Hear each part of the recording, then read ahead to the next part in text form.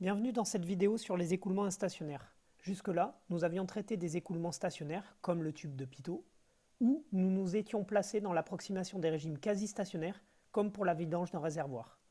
On va voir maintenant quels sont les effets de l'instationnarité de l'écoulement sur les équations. Avec les approximations nécessaires, on retiendra qu'il y a 5 hypothèses. On avait démontré l'équation de Bernoulli, valable en tout point de l'écoulement.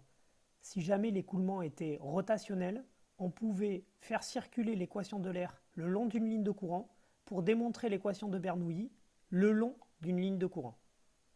Qu'est-ce qui se passe maintenant si l'écoulement est non stationnaire mais qu'il reste irrotationnel?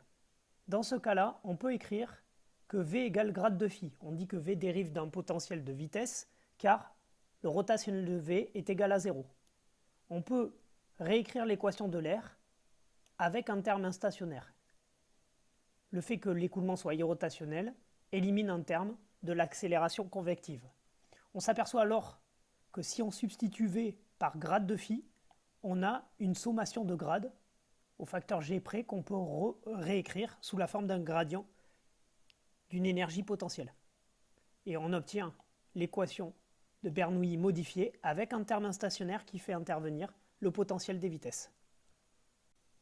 Si maintenant l'écoulement est non stationnaire, mais qu'il est rotationnel, on utilise la même technique qu'on avait utilisée pour l'équation de Bernoulli, c'est-à-dire qu'on calcule la circulation de l'équation de l'air entre deux points d'une même ligne de courant.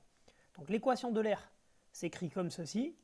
On utilise la deuxième formule de l'accélération convective pour faire intervenir le gradient d'un V carré qui sera facilement calculable lors d'une circulation. Donc on intègre chaque terme pour la circulation.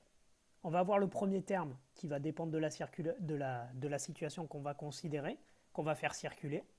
Le deuxième terme qui est un gradient, donc finalement la circulation est tout simplement la différence de ce qui est à l'intérieur du gradient.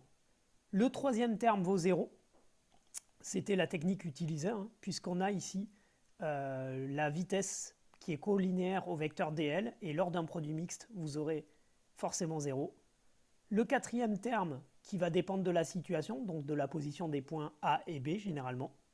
Et enfin le dernier terme qui est un gradient de pression, et donc on retrouve finalement la différence de pression, puisque la circulation d'un gradient revient à faire la soustraction de ce qu'il y a à l'intérieur du gradient. On retiendra que si l'écoulement est instationnaire, on peut utiliser l'équation de Bernoulli en la modifiant en utilisant le potentiel des vitesses qui lui dépendra du temps. Si l'écoulement est irrotationnel. Si l'écoulement est rotationnel, il faudra utiliser la même technique que pour l'équation de Bernoulli, c'est-à-dire faire circuler l'équation de l'air le long d'une ligne de courant.